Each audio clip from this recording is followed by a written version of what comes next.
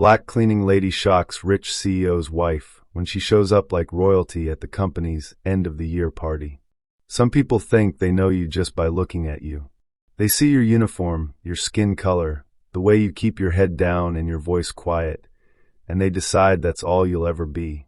They walk past you in marble hallways like you're furniture with legs, never bothering to wonder what dreams live behind your eyes or what stories your heart could tell. But here's the thing about being invisible for too long. Eventually, you get tired of disappearing. Eventually, you remember that before the world told you to be small, you knew how to take up space. You knew how to walk into a room and make people stop mid-sentence, not because of what you wore, but because of who you were. Tonight, Charlotte's elite were about to learn that the most dangerous person in any room is the one everyone thinks doesn't matter. At 6:47 a.m., the only sound in the fancy office building was Jasmine Williams pushing her vacuum cleaner down the marble hallway. But here's the thing about Jasmine, she didn't walk like other cleaning ladies. She moved like a queen who just happened to be wearing a blue uniform instead of a crown. Her hands were rough from years of scrubbing floors, but the way she held herself? Pure grace. Like she'd been trained to walk through palaces, not clean them. And maybe she had been. Maybe there was more to Jasmine Williams than anyone at Sterling and Associates bothered to notice. She stopped at the big windows overlooking Charlotte's downtown. Fancy glass towers stretched up to touch the clouds. In the reflection, she saw herself, a 42-year-old black woman whose beauty shined through that ugly work uniform like light through a dirty window. "Morning, Mrs. Williams." Tommy the security guard waved from his desk. "Good morning, Thomas. Is your mama feeling better?" "Yes, ma'am, thanks for asking." See, Tommy saw her. Really saw her. Unlike all those suit-wearing executives who walked past her like she was invisible furniture. But Jasmine didn't mind being invisible. Not yet, anyway. Tonight, that was going to change. 23 floors up in a penthouse that cost more money than most people see in their whole lives, Victoria Sterling stood in her walk-in closet, wearing silk pajamas that cost more than Jasmine's monthly rent.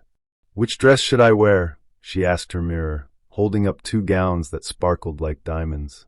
Victoria was 38 years old and looked like she stepped out of a magazine. Perfect blonde hair. Perfect skin. Perfect life. She was married to the richest, most powerful CEO in Charlotte, which made her the queen of Charlotte's social scene. Her phone buzzed. A text from her assistant. 847 people coming to tonight's party. Everything's ready.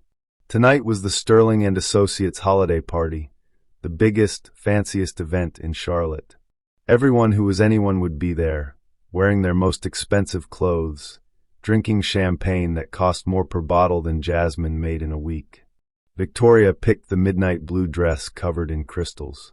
Tonight, she would be the star of the show, the perfect wife standing next to her powerful husband. Everyone would admire her, envy her, and want to be her.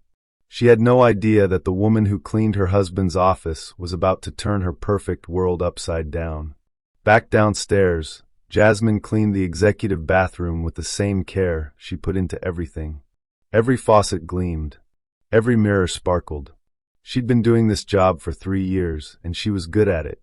But as she worked, her mind wasn't on cleaning. It was on tonight, on the moment when Charlotte's rich and powerful would finally see her, really see her, for who she truly was.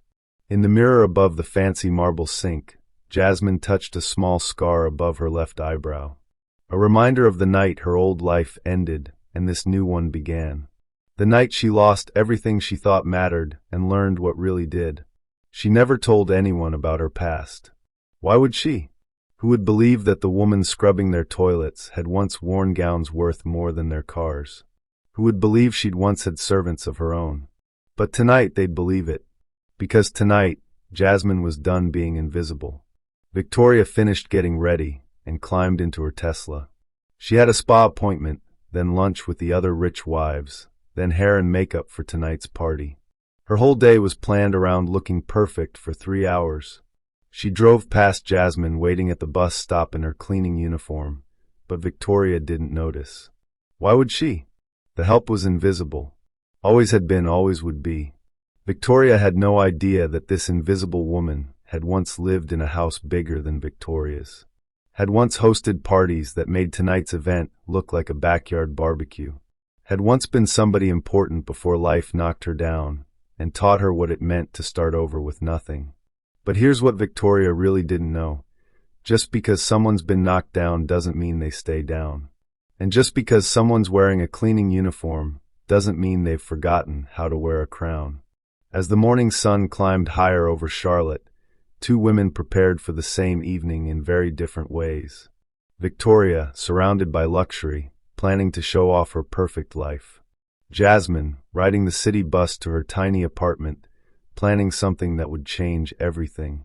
The cleaning lady who used to be royalty was about to remind everyone, including herself, that some kinds of power can't be bought, sold, or cleaned away. Tonight, Charlotte's elite were about to learn that the most dangerous person in any room is the one everyone thinks doesn't matter. The question was, would Victoria Sterling be ready for the shock of her life? The Sterling and Associates holiday party was exactly what you'd expect from Charlotte's richest company. Crystal chandeliers hung from the ceiling like frozen fireworks. Tables covered in white silk held more food than most families see in a month. Men in $1,000 suits talked business while sipping champagne that cost more than a car payment. Victoria Sterling stood at the center of it all, wearing her midnight blue dress that sparkled every time she moved. She looked like a movie star and she knew it. Her husband Richard stood beside her, shaking hands and making deals that would make them even richer. "Darling, you've outdone yourself," said Patricia Whitmore, the mayor's wife. "This party is absolutely perfect." Victoria smiled. This was her moment, her night to shine. She was the queen of Charlotte society, and everyone knew it. The ballroom was packed with 847 of the city's most important people. Lawyers, doctors, politicians, business owners, all here to kiss up to Richard Sterling and admire his beautiful wife. The same people who never noticed the woman who cleaned their offices every morning. "Ladies and gentlemen," the DJ announced, "please welcome our host, Mr. Richard Sterling, CEO of Sterling and Associates." Everyone clapped as Richard took the microphone. He was about to start his speech when something happened that made the entire room go quiet. The main doors opened. At first, nobody moved. Nobody breathed. Because walking through those doors was a woman who looked like she'd stepped out of a fairy tale. She wore a dress the color of deep red wine that hugged her curves like it was made just for her. Diamonds sparkled at her neck and ears, real diamonds that caught the light and threw it back like stars. Her hair was styled in an elegant updo that would make a movie star jealous. Her makeup was flawless.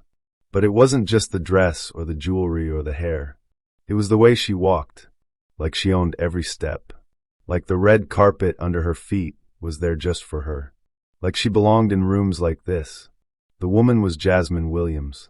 But nobody recognized her. How could they? They'd never really looked at her before. She walked through the crowd like Moses parting the Red Sea. People stepped aside without even knowing why. Conversations stopped mid-sentence. Champagne glasses froze halfway to lips. Victoria felt her heart skip a beat. Who was this woman? How had someone this stunning, this elegant, gotten past security without being on the guest list? "Excuse me," Victoria said, her voice tight with confusion and something else, something that felt like fear. "I don't believe we've met." Jasmine stopped walking. She turned to face Victoria with a smile that could light up the whole room. When she spoke, her voice was smooth as silk and twice as strong. "Oh, but we have met, Mrs. Sterling. Every morning for 3 years." The words hit Victoria like a slap. Her perfect smile cracked. Her champagne glass trembled in her hand. "I'm sorry, I don't understand." "I'm Jasmine Williams," she said, loud enough for everyone nearby to hear. "I clean your husband's office. I vacuum your conference rooms. I scrub your bathrooms." The silence in the room was so thick you could cut it with a knife. 300 people stopped what they were doing to stare. The cleaning lady? This goddess in red wine silk was the cleaning lady? Victoria's face went white, then red, then white again. Her mouth opened and closed like a fish out of water. This couldn't be happening. The help didn't dress like royalty. The help didn't walk into her party looking better than she did. That's impossible, Victoria whispered. Jasmine's smile never wavered. Is it? Or is it just that you never bothered to really look at me? Richard Sterling pushed through the crowd, his face confused and angry. What's going on here? Who is this woman? This, Jasmine said, her voice carrying across the silent ballroom, is what happens when someone you made invisible decides to be seen. She reached into her small, beaded purse and pulled out her Sterling and Associates employee ID card. She held it up for everyone to see. Jasmine Williams, employee number 2847. I've cleaned your offices, your floors, your messes for 3 years. I've listened to your phone calls, seen your private emails left open on screens, watched you make deals and break promises. The crowd pressed closer. This was better than any entertainment they could have paid for. Victoria felt like the ground was falling out from under her feet. How was this possible? How could the quiet, invisible cleaning woman be standing here looking like a queen? I don't understand, Victoria said again, but her voice came out as a squeak. Jasmine stepped closer, close enough that Victoria could smell her expensive perfume, close enough to see that her makeup was applied by a professional, close enough to realize that everything she thought she knew was wrong. You don't understand because you never wanted to understand, Jasmine said softly, but her words carried to every corner of the room. You saw a black woman in a cleaning uniform and decided that was all I could ever be. The ballroom was so quiet you could hear the ice melting in glasses. But here's what you didn't see, Mrs. Sterling. You didn't see that I graduated from Duke University with honors. You didn't see that I once lived in a house bigger than this ballroom. You didn't see that I've been in rooms like this my whole life. I just haven't been cleaning them. Victoria's perfect party was crumbling around her like a house of cards. All her guests were staring at Jasmine like she was the most fascinating thing they'd ever seen. And she was. The cleaning lady had become a queen, and everyone in Charlotte society was about to learn that the most powerful person in any room isn't always the one with the most money. The silence in the ballroom stretched like a rubber band about to snap. Victoria Sterling stood frozen, her perfect world tilting sideways. This couldn't be real. The quiet woman who emptied her trash cans couldn't be standing here looking like this. There must be some mistake, Victoria said, her voice shaky. She looked around at her guests, needing someone to agree with her. This is ridiculous. Security. But nobody moved to help her. Everyone was too busy staring at Jasmine, who stood there calm as a lake on a windless day. Her red dress caught the chandelier light, making her glow like she had her own spotlight.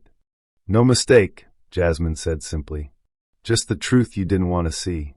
Richard Sterling pushed past his wife, his face red with anger. I don't know what kind of game you're playing, but this party is for invited guests only. You need to leave. Now. Jasmine looked at him like he was a child throwing a tantrum. Mr. Sterling, I've cleaned your office for 3 years. I know where you hide your golf magazines. I know you eat lunch at your desk every Tuesday because you tell your wife you're in meetings. I know you're afraid of spiders because you always call me when you see one. Richard's face went from red to purple. How dare she talk to him like this? In front of everyone? That doesn't give you the right to crash our party dressed like what, Mr. Sterling? Like I belong here. The crowd pressed closer.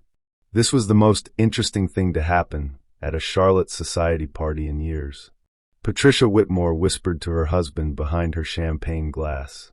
The mayor pulled out his phone to record. Victoria felt panic rising in her chest. Her perfect party was turning into a nightmare. People were supposed to be admiring her dress, complimenting her decorations, talking about what a wonderful hostess she was. Instead, they were all staring at the cleaning lady like she was the star of the show. You don't belong here, Victoria said, her voice getting stronger with anger. You work for us. You clean up after us. You can't just put on a fancy dress and pretend to be one of us. Jasmine's smile never wavered, but something cold flickered in her eyes. One of you? And what exactly are you, Mrs. Sterling? We're successful. We're important. We built this company, this city. You built nothing, Jasmine said quietly, but her words cut through the room like a knife. Your husband built a company. You married him. That's not the same thing. Gasps rippled through the crowd. Nobody talked to Victoria Sterling like that. Nobody. Victoria's face went white with rage. How dare you? I worked for everything I have. Did you? Or did you just pick the right man to marry?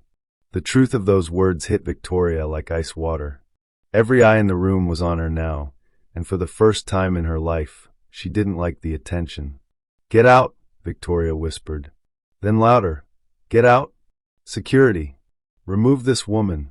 But when she looked around for security, she saw something that made her blood run cold. The security guards were staring at Jasmine with respect, not suspicion. Tommy, the young guard who worked mornings, was actually smiling. Ma'am, Tommy said carefully, Mrs. Williams has never caused any trouble. Maybe we should. I don't care what she's done before. She's trespassing. She's embarrassing us. Jasmine watched this meltdown with the calm of someone who had expected it. Mrs. Sterling, the only person embarrassing you is you. Richard tried to regain control. Look, I don't know who you really are or where you got that dress, but you're clearly confused about your place here. My place? Jasmine's eyebrows rose. And where exactly is my place, Mr. Sterling? You know where. In the supply closet. With your mop and bucket. That's who you are. The words hung in the air like smoke. Half the room looked uncomfortable. The other half waited to see what would happen next. Jasmine nodded slowly, like she was considering his words. You're right about one thing. I do know who I am. The question is, do you know who you are? She looked around the room at all the wealthy, powerful people who were hanging on her every word. How many of you have ever asked me my name? How many have said good morning? How many have treated me like a human being instead of a piece of furniture? Silence. That's what I thought. Victoria felt something cracking inside her chest. This was supposed to be her night, her moment to shine. Instead, she was being lectured by someone who cleaned toilets for a living. You can dress up all you want, Victoria said desperately, but we all know what you really are. You're the help. You're nothing. The words came out harsher than she meant them to. Mean and ugly and small. The kind of words that, once spoken, can never be taken back. Jasmine looked at her for a long moment. The whole room held its breath. You're right, Mrs. Sterling. We all know what I really am. Her voice was soft, but carried to every corner of the ballroom. The question is, what are you? She turned to face the crowd, her red dress swirling around her like liquid fire. Ladies and gentlemen, enjoy your party. And Mrs. Sterling? She looked back at Victoria one last time. You might want to ask yourself why you're so threatened by someone you claim is nothing. Then she walked toward the exit, her head high, her steps sure. Every eye in the room followed her. At the door, she turned back once more. Oh, and don't worry about who's going to clean up this mess. I'm sure you'll figure it out. The doors closed behind her with a soft click that sounded like thunder.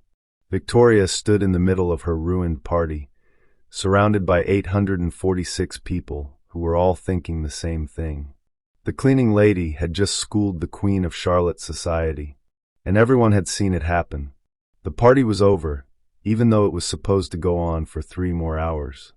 Victoria stood in the middle of her ruined ballroom, watching her perfect evening fall apart like a house of cards in a hurricane. Guests whispered behind their champagne glasses. Some were already heading for the exits, pulling out their phones to call friends and spread the gossip. Well, that was interesting, Patricia Whitmore said with a fake smile before hurrying away with her husband. Richard Sterling was furious. His face had gone from purple back to red, and now he was pacing like a caged tiger. How did this happen? How did security let her in? Someone's getting fired for this. But Victoria wasn't listening to her husband's angry words. She was thinking about Jasmine's eyes. The way she'd looked so calm, so sure of herself. The way she'd made Victoria feel small without raising her voice or using cruel words. That scared Victoria more than anything. I need some air, she told Richard, grabbing her purse and heading for the hotel's garden exit. The December night was cold, but Victoria needed to get away from all those staring eyes and whispered conversations. She walked down the stone path that led to the hotel's parking garage, her high heels clicking against the pavement. That's when she heard it, the sound of someone crying. Victoria stopped walking. The sound was coming from behind a large concrete pillar in the parking garage. Soft, quiet sobs that someone was trying to muffle. She should have walked away. Should have gotten in her car and driven home to her safe, perfect house. But something made her take a step closer. There, sitting on a concrete bench in her beautiful red dress, was Jasmine. The elegant updo had come slightly loose. Her perfect makeup was smudged around her eyes. The diamonds still sparkled at her throat, but her shoulders were shaking as she cried into her hands. Victoria froze. This woman who had just commanded a room full of Charlotte's most powerful people, like a queen, was sitting alone in a parking garage, crying. For a moment, Victoria thought about turning around and leaving, pretending she hadn't seen this, going home and forgetting this whole nightmare of an evening. But she couldn't make her feet move. Are you okay?" The words came out before Victoria could stop them. Jasmine looked up, startled. When she saw Victoria, her back straightened and she quickly wiped her eyes. "Mrs. Sterling, I thought you'd still be at your party." "The party's over." Victoria took a small step closer. "Everyone's leaving." They stared at each other in the dim parking garage light. The queen of Charlotte society and the woman who cleaned her husband's office. Both of them looking lost and tired and very human. "Your dress," Victoria said quietly. "It's beautiful. Where did you get it?" Jasmine let out a small, bitter laugh. "You really want to know?" Victoria nodded. "It was mine. From before." Jasmine touched the red silk with gentle fingers. "I kept a few things. Hidden in the back of my closet. Pieces of who I used to be." "Who you used to be?" Jasmine was quiet for so long that Victoria thought she wouldn't answer. Then she started talking, her voice soft in the cold night air.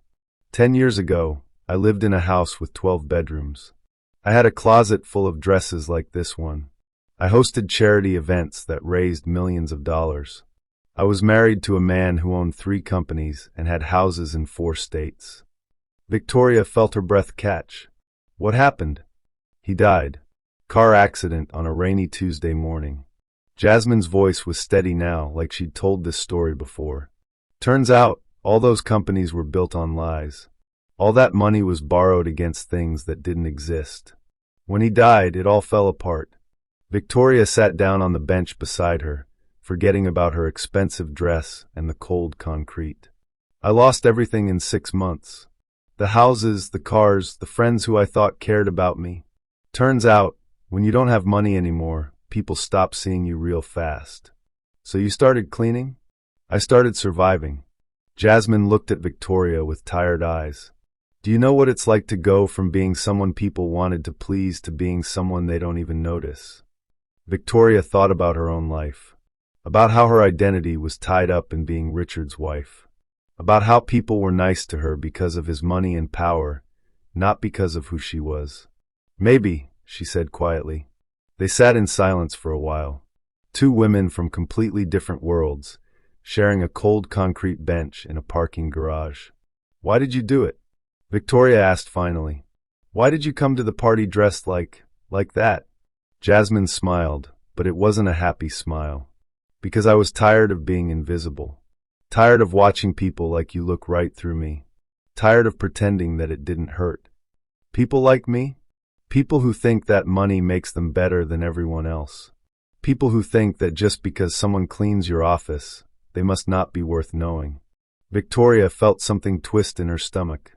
Something that felt like shame. "I never meant to make you feel invisible. But you did. Every day for 3 years. You walked past me like I was a ghost." Victoria wanted to argue, wanted to defend herself. But she couldn't. Because Jasmine was right. The parking garage was getting colder, but neither woman moved to leave. They were stuck there together, forced to see each other as real people for the first time.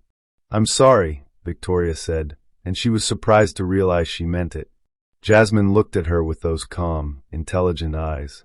"Are you? Or are you just sorry you got embarrassed in front of your friends?" It was a fair question, and Victoria wasn't sure she knew the answer. Victoria and Jasmine sat on that cold concrete bench, the silence stretching between them like a bridge neither was sure they wanted to cross. "Tell me about your husband," Victoria said suddenly. "What was he like?"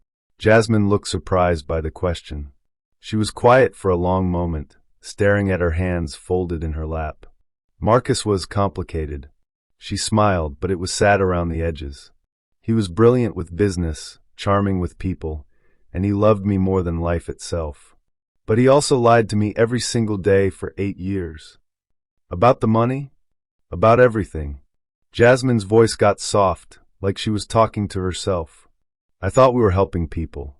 He told me our companies were creating jobs, building communities. I hosted charity events thinking we were making the world better." Victoria found herself leaning closer, drawn into the story despite herself.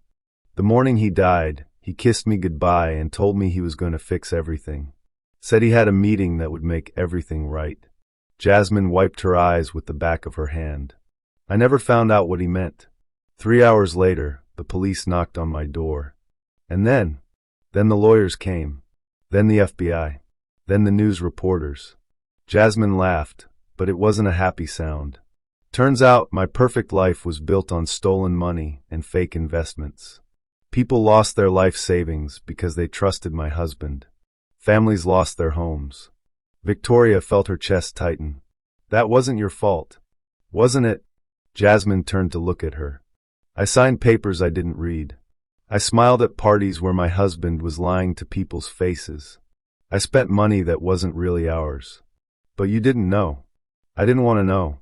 The words came out sharp and honest. "I liked being rich. I liked being important. I liked having people treat me like I mattered. So when little things didn't add up, when Marcus got phone calls that made him nervous, when numbers on papers didn't make sense, I looked the other way." Victoria understood that feeling more than she wanted to admit. "So you lost everything?" "Everything. The house, the cars, the bank accounts. Even my wedding ring. The FBI took it as evidence." Jasmine touched her bare ring finger. "But the worst part wasn't losing the money. It was losing myself." "What do you mean?" Jasmine stood up and walked to the concrete pillar, pressing her palms against the cold surface. "I was 32 years old, and I didn't know how to do anything. I'd never had a real job. Never paid my own bills. Never even pumped my own gas. I was like a child in a grown woman's body." Victoria tried to imagine it, going from having everything to having nothing, from being someone to being no one. "How did you survive?" "At first, I didn't think I could." Jasmine's voice got so quiet Victoria had to strain to hear her. "I stayed in a shelter for 3 months. Stood in line for free food. Wore donated clothes that didn't fit right. Victoria's perfect life suddenly felt very fragile. I thought about giving up. Every single day I thought about it. But then I met this old woman at the shelter named Rose. She'd been homeless for 2 years, but she got up every morning and helped serve breakfast to people who were worse off than her." "What did she tell you?" "She said, 'Baby girl, you can spend your life crying about who you used to be, or you can figure out who you're going to be next.'" Jasmine turned back to face Victoria. "So I decided to figure out who I was going to be next." "And you chose cleaning?" "I chose working. I took the first job I could get, cleaning office buildings at night. It was hard work, but it was honest work. And slowly, I started to remember something I'd forgotten." "What?" "That my worth isn't measured by how much money I have or what other people think of me. It's measured by how I treat people and whether I can look at myself in the mirror without shame." Victoria felt something crack open in her chest. When was the last time she'd looked in the mirror and seen anything other than her clothes, her makeup, her status symbols? "But tonight," Victoria said, "dressing up like that, coming to the party, wasn't that about wanting your old life back?" Jasmine shook her head. "Tonight was about reminding myself, and all of you, that I'm still here. I'm still worth seeing. I may clean your offices, but I'm not invisible." Victoria thought about all the times she'd walked past Jasmine in the hallways. All the times she'd acted like she wasn't there. "I made you invisible," Victoria said quietly. "You made yourself blind, Jasmine corrected. There's a difference. They looked at each other across the parking garage, two women who had lived such different lives but were starting to understand each other. Can I ask you something? Jasmine said. Victoria nodded. Who are you when you're not Mrs. Richard Sterling? The question hit Victoria like a punch to the stomach. She opened her mouth to answer, then closed it again. Because she didn't know. She honestly didn't know. Victoria started, then stopped. I don't think I've ever thought about that. Maybe it's time you did. The cold was starting to seep through their fancy dresses, but neither woman wanted to leave. For the first time in years, Victoria was having a real conversation with someone who wasn't trying to impress her or get something from her. And for the first time since that night 10 years ago, Jasmine was talking to someone who was really listening. Why are you being nice to me? Victoria asked. After what I said to you up there, after how I've treated you. Jasmine smiled, and this time it reached her eyes. Because I remember what it feels like to have your whole world fall apart. And because maybe, just maybe, we both need someone who understands what it's like to not know who you really are. The parking garage was getting colder, but Victoria found herself not wanting to leave. For the first time in years, she was talking to someone who wasn't trying to get something from her. I have a confession, Victoria said, pulling her thin shawl tighter around her shoulders. I've been watching you. Jasmine raised an eyebrow. Watching me? Not in a creepy way, Victoria said quickly. It's just, you're always so calm, so graceful. Even when Mr. Peterson yells at you for not cleaning his office fast enough, you just nod and smile. I always wondered how you stayed so peaceful. Jasmine laughed softly. You think I'm peaceful? Aren't you? Victoria, I cry in my car after work at least twice a week. I get angry. I get frustrated. I'm just good at hiding it.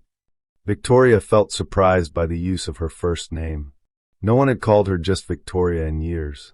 It was always Mrs. Sterling or Richard's wife. Why do you hide it? Because angry black women get fired. Emotional black women get fired.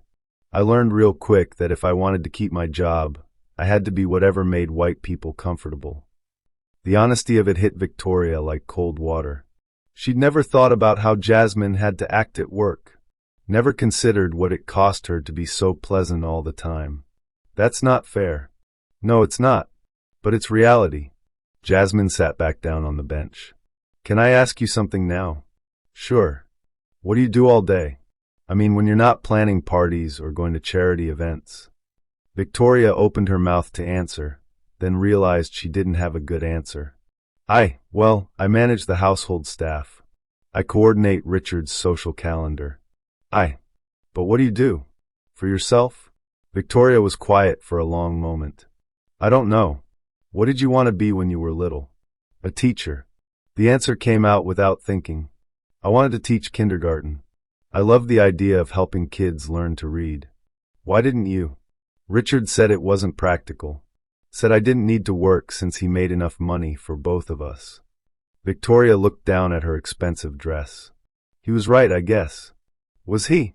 Or did you just give up on something that mattered to you? Victoria had never thought about it that way. She'd always told herself she was lucky.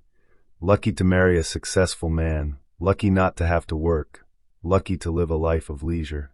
But sitting in this cold parking garage, talking to a woman who'd lost everything and rebuilt herself from nothing, Victoria wondered if she'd been lying to herself.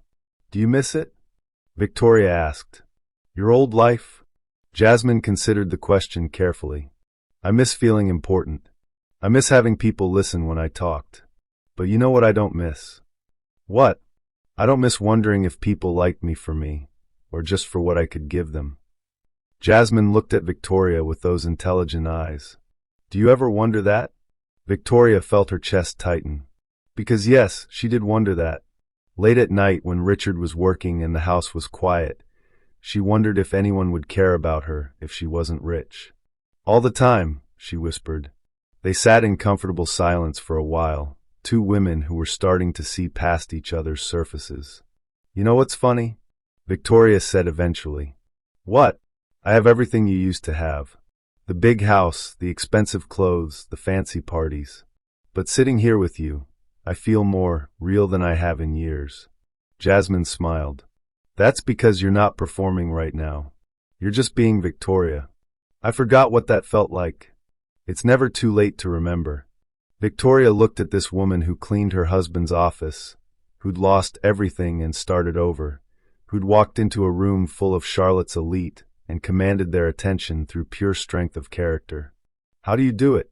Victoria asked. How do you get up every morning and keep going after losing so much? Some days I don't want to, Jasmine said honestly. Some days I stay in bed until noon and eat ice cream for breakfast. But then I remember that I survived the worst thing I thought could happen to me. And if I can survive that, I can survive anything. Even people like me treating you like you're invisible? Even that. Jasmine's voice was gentle but strong. Because I know who I am now. I know my worth. And it doesn't depend on whether other people see it or not. Victoria felt tears starting to form in her eyes. I don't know who I am. Yes, you do. You're the woman who came out here to check on someone who was crying. You're the woman who's sitting on a cold concrete bench instead of going home to your warm house because you want to have a real conversation. You're the woman who just admitted she doesn't know who she is, which takes more courage than most people have. That's not much. It's everything, Victoria. It's the start of figuring out who you want to be. Victoria looked at Jasmine, really looked at her. Not at her clothes or her job or her skin color, but at her. At the intelligence in her eyes, the strength in her voice, the kindness in her smile. I'm sorry, Victoria said, and this time she meant it completely. I'm sorry for making you invisible. I'm sorry for treating you like you didn't matter. I'm sorry for tonight. Jasmine reached over and took Victoria's hand. Her fingers were warm despite the cold night. Apology accepted. But Victoria, yeah, don't apologize to me. Apologize to yourself. For all the years you've been making yourself invisible too.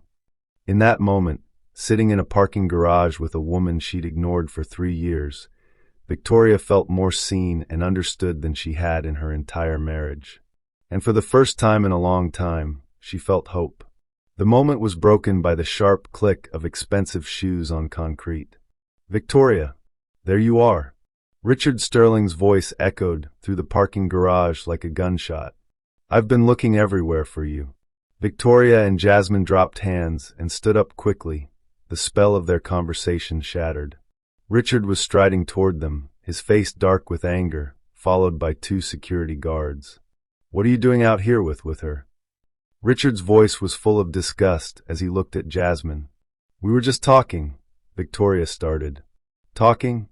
Richard's laugh was cold and mean. Victoria, this woman humiliated us tonight. She made us look like fools in front of everyone important in Charlotte. And you're out here having a chat with her? Victoria felt the warm connection she'd just discovered with Jasmine start to slip away like sand through her fingers. Richard, if you just listen to what she has to say. I don't want to hear what she has to say. Richard's face was getting red again. I want her arrested for trespassing. I want her fired. I want her gone from our lives forever. Jasmine stood quietly, watching this unfold with the same calm grace she'd shown in the ballroom. But Victoria could see something changing in her eyes. The openness was closing up, the walls going back up. Sir, one of the security guards said uncomfortably, she hasn't technically done anything illegal. She crashed our private party. She caused a scene. Richard stopped and stared at Jasmine more closely. Where did you get that dress? Those diamonds? There's no way you could afford clothes like that on a cleaning lady's salary. Victoria felt her stomach drop. She knew where this was going, and it wasn't going to be good. Did you steal them? Richard continued, his voice getting louder. Is that what this is about? You stole expensive clothes to play dress up. Richard, stop, Victoria said, but her voice came out weak and small. No, Victoria. Don't you see what's happening here? She's a con artist. A thief. She's probably been stealing from our offices for years. Jasmine's face went very still. Very quiet. The kind of quiet that comes before a storm. Mr. Sterling, she said, her voice like ice, I have never stolen anything in my life. Then explain the dress. Explain the jewelry. Explain how a woman who cleans toilets shows up looking like she belongs at $1 million party. Because I did belong at parties like that, before you and people like you decided I was worth nothing. Richard laughed, but it wasn't a nice sound. People like me? What's that supposed to mean? Rich white men who think money makes them gods, who think they can destroy people's lives and walk away clean. The words hung in the air like poison. Richard's face went white, then purple. How dare you? How dare I what? Tell the truth? Your wife and I were having a real conversation for the first time in 3 years. We were actually seeing each other as human beings. But you can't stand that, can you? Victoria looked back and forth between them, feeling like she was watching a car crash in slow motion. Richard, please, she tried again. No, Victoria. Richard spun around to face his wife. What is wrong with you? This woman embarrassed us tonight. She made you look like a fool in front of everyone we know. And you're out here acting like she's your friend. Victoria felt something crumble inside her chest. The warm, real feeling she'd had with Jasmine was disappearing, replaced by the cold fear of Richard's anger. I was just trying to understand. Understand what? That she's a nobody who thinks she can dress up and pretend to be somebody? That she's trying to make us feel guilty for being successful. Jasmine took a step back, and Victoria could see the hurt in her eyes even though she was trying to hide it. I see, Jasmine said quietly. I thought maybe, but I was wrong. Jasmine, that's not, Victoria started, but the words died in her throat when she saw Richard's face. Don't you dare defend her, Victoria. Don't you dare choose some cleaning lady over your own husband. And there it was. The choice Victoria had been afraid of her whole married life. Choose Richard's version of reality, or choose what felt true in her heart. Victoria looked at Jasmine, who was standing there with such dignity despite being attacked and insulted. Then she looked at Richard, red-faced and cruel, demanding her loyalty like he owned it. For a moment, Victoria felt brave. For a moment, she wanted to tell Richard he was wrong. Wanted to stand up for Jasmine, for the conversation they'd just had, for the real connection she'd felt. But then she thought about her life, her house, her status, her security, everything she would lose if she made Richard angry enough to leave her. You're right, Victoria whispered, and the words tasted like poison in her mouth. I'm sorry, Richard. I wasn't thinking clearly. The look of betrayal that crossed Jasmine's face was like a knife to Victoria's heart. Of course, Jasmine said, her voice empty now. I should have known better than to think a leopard could change its spots. Jasmine, No. Jasmine held up her hand. You've said enough, Mrs. Sterling. You've made your choice. She turned to Richard. Don't worry, Mr. Sterling. You won't have to see me again. I quit. Good. And don't expect a reference. Jasmine started walking toward the parking garage exit, her red dress still beautiful, but somehow looking sad now. Wait, Victoria called out, taking a step forward. Jasmine stopped but didn't turn around. I'm sorry, Victoria said, her voice breaking. So am I, Jasmine replied without looking back. I'm sorry I thought you were brave enough to be who you really are. Then she was gone, walking out into the cold night, leaving Victoria standing there with the pieces of what could have been scattered around her feet like broken glass. Victoria sat in her marble bathroom at 3 a.m., still wearing her midnight blue dress, staring at herself in the mirror. She looked perfect. Her hair was still styled, her makeup only slightly smudged, her expensive dress still sparkled. But her eyes looked empty, hollow, like someone had reached inside and scooped out everything real. Richard was asleep in their king-size bed, snoring softly. He'd been satisfied when they got home. Problem solved. Trouble removed. Life back to normal. But Victoria couldn't sleep. Every time she closed her eyes, she saw Jasmine's face in that parking garage. The hurt, the disappointment, the way she'd looked at Victoria like she'd expected better. And maybe she had expected better. Maybe Victoria had expected better from herself too. Victoria stood up and walked to her walk-in closet, past all the designer dresses and expensive shoes and jewelry that sparkled like stars. In the very back, behind everything else, was a small cardboard box she hadn't opened in years. Inside were her teaching certificates, her college diploma, a photo of her student teaching in a kindergarten classroom, surrounded by 5-year-olds with missing teeth and bright smiles. In the photo, she looked happy, really truly happy. When was the last time she'd looked like that? Victoria picked up her phone and did something she'd never done before. She Googled Jasmine Williams. What she found made her heart stop. There was a newspaper article from 10 years ago. Local philanthropist's widow loses everything in investment scandal. There was a photo of a younger Jasmine standing outside a courthouse, wearing a simple black dress, her head held high even though her world was falling apart. The article talked about the charity work Jasmine had done. The scholarship fund she'd started for underprivileged kids. The soup kitchen she'd helped run. The literacy program she'd founded. Victoria kept reading. More articles. More photos. Jasmine at charity galas, presenting checks to schools, reading to children at the library. Always smiling. Always helping. Always making the world a little bit better. Then Victoria found the article about Marcus Williams' death and the scandal that followed. How investors lost millions. How families lost their homes. How Jasmine had tried to help the victims even though she'd lost everything too. Local woman uses last of savings to help investment scandal victims, read one headline. There was a photo of Jasmine handing an envelope to an elderly couple who'd lost their retirement fund. Victoria put down her phone and cried. Really cried. For the first time in years. She cried for Jasmine, who'd lost everything and still found ways to help others. She cried for herself, who had everything and helped no one. She cried for the friendship that could have been destroyed by her own cowardice.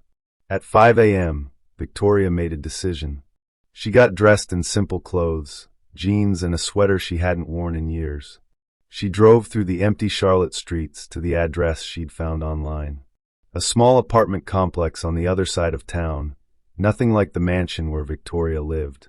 She sat in her car for an hour, working up the courage to knock on the door.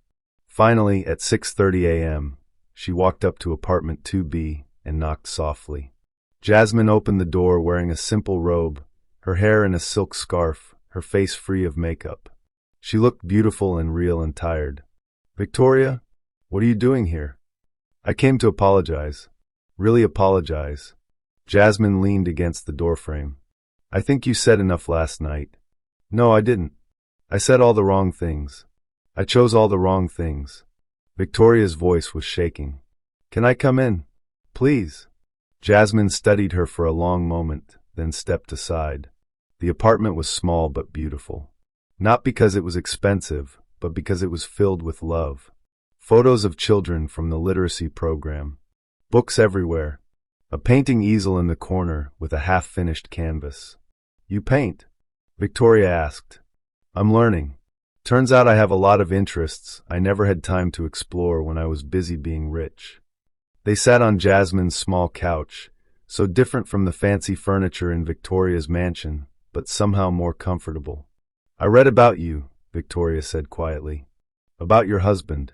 About what happened after. About all the good things you did. Jasmine nodded but didn't say anything. You helped people even when you had nothing left to give. You used your last savings to help the families who lost money because of your husband's lies. It was the right thing to do. And I, Victoria's voice broke. I have everything, and I help no one. I spend my days shopping and planning parties while people in my own city go hungry. I walk past you every day for 3 years and never even see you. Jasmine's expression softened slightly. Last night, when Richard made me choose, I chose wrong. I chose the easy thing instead of the right thing. I chose fear instead of courage. Victoria looked directly into Jasmine's eyes. I'm here because I want to choose differently. I don't know if it's too late, but I want to try. What are you saying, Victoria? Victoria took a deep breath. I'm saying I quit too. Quit what? Being the person I've been. Being Mrs. Richard Sterling and nothing else. Being someone who looks right through people who matter. Victoria's voice got stronger. I want to be someone who sees people. Someone who helps people.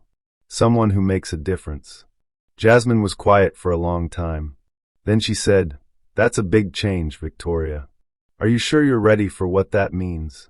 Victoria thought about her comfortable life, her secure marriage, her place in Charlotte's society, everything she'd have to risk to become the person she wanted to be. I'm terrified, she said honestly, but I'm more terrified of staying the same. Jasmine smiled for the first time since Victoria had arrived. Well then, I guess we both have some figuring out to do. Does that mean you'll help me? Teach me how to be brave like you. Victoria, I'm not brave. I just got tired of being afraid. Then teach me how to get tired of being afraid. Jasmine reached over and took Victoria's hand, just like she had in the parking garage. Okay, she said. But fair warning, it's not going to be easy. Victoria squeezed her hand back. The best things never are. 6 months later, Victoria stood in front of a classroom full of 5-year-olds, watching their faces light up as she read them a story about a princess who saved herself.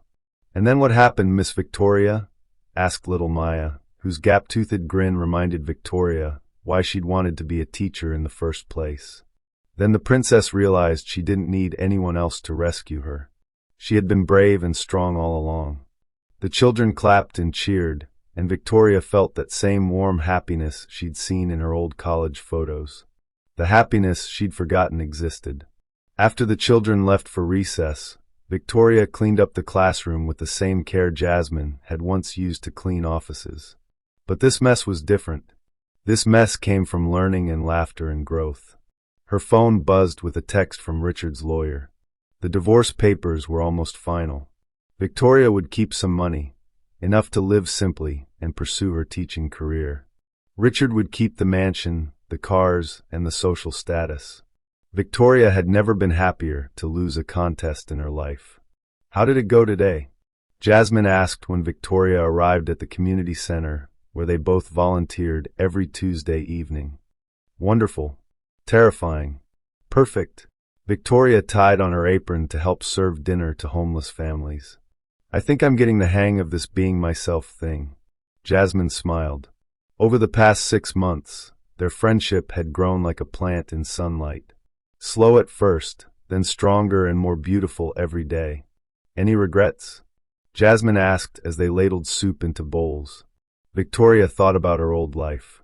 The fancy parties where no one really knew her. The empty conversations about nothing important. The way she'd felt like she was acting in a play instead of living her own life.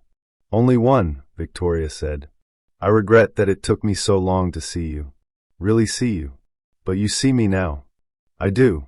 And more importantly, I see myself now too. They worked side by side, serving food to people whose society often made invisible. Just like Jasmine had been invisible. Just like Victoria had made herself invisible in her own life. Ladies and gentlemen, called out Marcus, the center director, I'd like everyone to meet our newest volunteer coordinator, Victoria Thompson. Victoria had gone back to her maiden name. It felt good to be Victoria Thompson again instead of Mrs. Richard Sterling. It felt like coming home to herself. The room erupted in applause.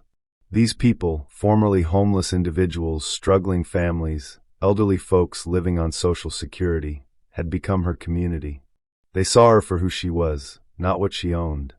Thank you, Victoria said, her voice carrying across the room just like Jasmine's had that night at the party.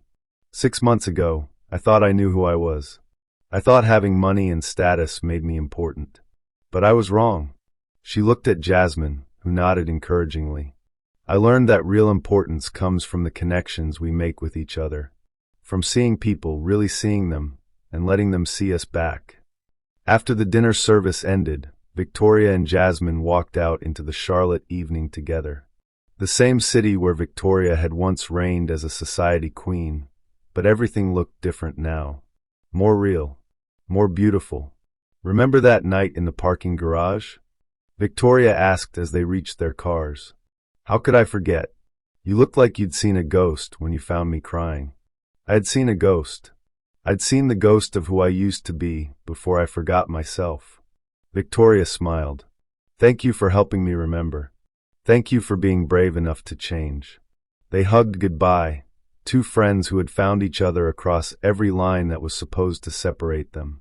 Race, class, background, none of it mattered anymore. What mattered was that they saw each other's hearts. As Victoria drove to her small apartment, so different from the mansion but filled with things that actually meant something to her, she thought about that night 6 months ago. She remembered walking into that ballroom in her midnight blue dress, thinking she was the queen of the world. She remembered Jasmine walking in wearing red silk and grace, commanding attention not through money or status, but through pure strength of character. The cleaning lady had shocked the CEO's wife that night, but not in the way anyone expected. She'd shocked her by showing her what real royalty looked like. Real royalty wasn't about money or mansions or designer dresses. Real royalty was about dignity, kindness, courage, and the way you treated people when no one was watching. Victoria had learned to be royal not by marrying a rich man, but by remembering how to be human. The next morning, Victoria stood in front of her kindergarten class again, but this time she had a special guest. "Children, I'd like you to meet my friend Miss Jasmine. She's going to help us start a new reading program." Jasmine walked into the classroom wearing simple clothes and a warm smile. The children immediately gravitated toward her, drawn to the same gentle strength that had once commanded a ballroom full of Charlotte's elite. "Are you a princess?" little Maya asked Jasmine. Jasmine knelt down to Maya's level, her eyes twinkling. "We're all princesses and princes, sweetie. We just have to remember to act like it." Victoria watched her friend, her best friend, inspire these children the same way she'd inspired Victoria that night. By showing them that true worth comes from inside, not from what you wear or where you live or how much money your parents have. As the children gathered around Jasmine for story time, Victoria felt that familiar warm happiness fill her chest. This was her real life now. Messy, imperfect, challenging, beautiful, and completely her own. She'd traded a crown made of diamonds for a crown made of purpose, and she'd never looked back. Sometimes the most shocking thing isn't when someone shows up like royalty. Sometimes it's when someone shows you that you were royal all along. You just forgot how to wear your crown. And in a kindergarten classroom in Charlotte, North Carolina, two women who had learned to see each other clearly were teaching the next generation that real royalty has nothing to do with money and everything to do with how you treat the people around you. The cleaning lady had shocked the CEO's wife, all right. She'd shocked her into becoming the person she was always meant to be. What crown are you choosing to wear today? The one others expect, or the one your heart knows you deserve?